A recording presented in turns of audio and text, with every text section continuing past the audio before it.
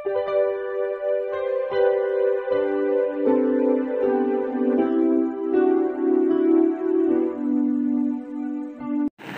Students, প্রথমেই UK educational টিপসের পক্ষ থেকে তোমাদের সকলকে স্বাগত জানাই।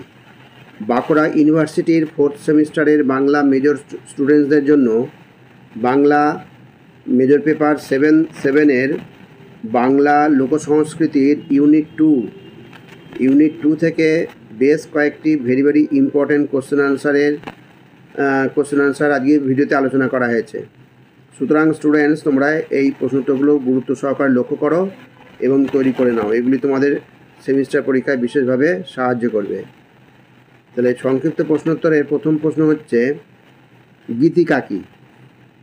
যে সমস্ত আখ্যায়িকা আবৃত্তি করার পরিবর্তে গীত হয় এবং প্রকাশভঙ্গির দিক দিয়ে লৌকিক বৈশিষ্ট্য অক্ষুণ্ণ থাকে, এই আখ্যায়িকা রচয়িতার একটি আত্মনির্লিপ্ত ভাব প্রকাশ পায় এবং একটিমাত্র ঘটনায় এর লক্ষ্য গীতি সংলাপ ও ঘটনা প্রবাহের ভিতর দিয়ে কাহিনী শেষাবধি দ্রুত সঞ্চারিত হয়ে যায়।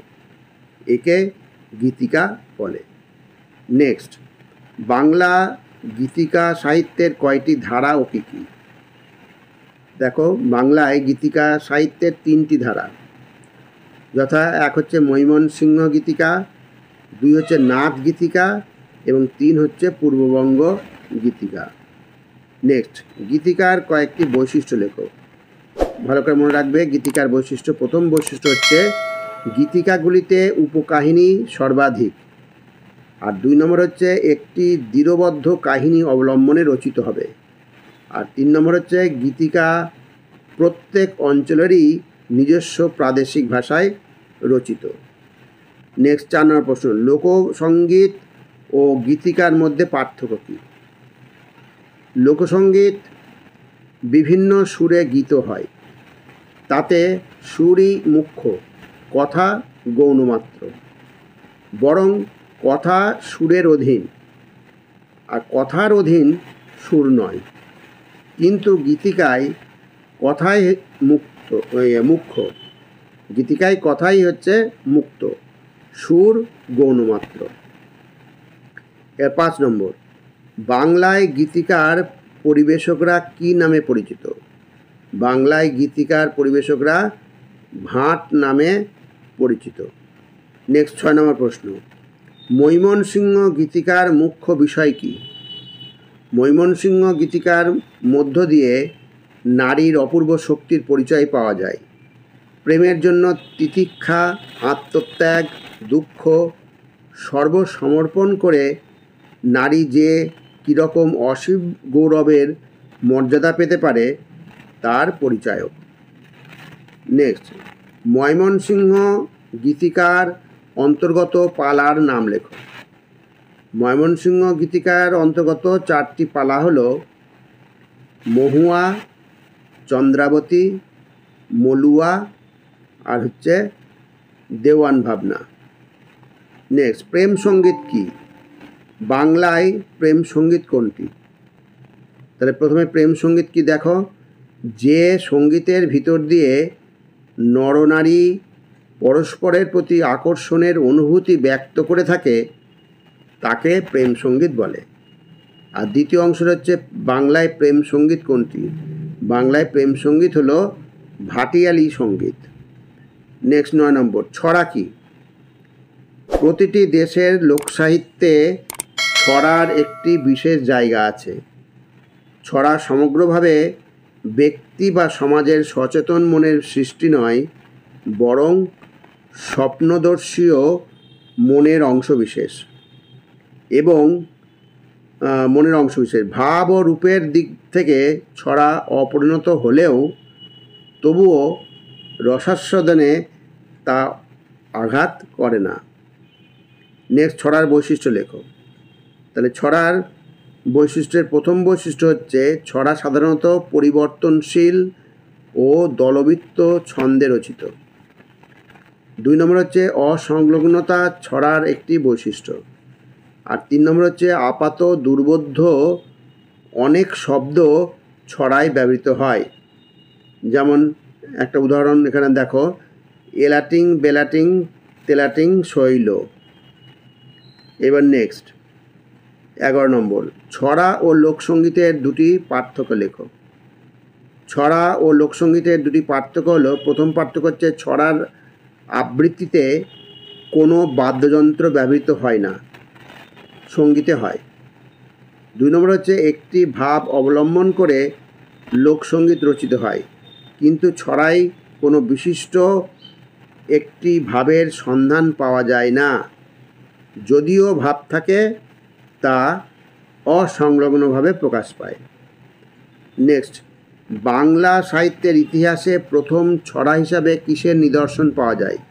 প্রথম ছড়া হিসাবে বাংলা সাহিত্যের ইতিহাসে ডাক ও খনার বচনের নিদর্শন পাওয়া যায়। নেক্সট এবার 13 নম্বর প্রশ্ন, ছেলে ভুলানো ছড়া কাকে বলে? একটি উদাহরণ দাও। খুব ভালো প্রশ্ন, খুব ভালো করে তৈরি করবে। ছেলে ভুলানো ছড়া, যতদিন পর্যন্ত শিশুর মুখে ভাষা পরিস্ফুট না হয় ততদিন পর্যন্ত শিশুর মা ছড়া বলে তাকে ভুলিয়ে রাখেন। সেই ছড়ার আবৃত্তিকারিণী হলো শিশুর মা। এই আবৃত্তি করা ছড়াগুলিকেই ছেলে ভুলানো ছড়া বলে। নেক্সট, শিশুদের জন্য ছড়া এবং মেয়েলি ব্রতের ছড়া মধ্যে দুটি পার্থক্য লেখো। তাহলে প্রথম পার্থক্য দেখো, শিশু সম্পর্কিত ছড়ায় অনেক সময় একটি সর্বজনীন আবেদন থাকে, মেয়েলি ব্রতের ছড়াগুলিতে এই আবেদন অনুপস্থিত। 2 নম্বর হচ্ছে শিশুর প্রত্যেক ছড়ার একটি আনুপূর্বিক রস ফুটে ওঠে।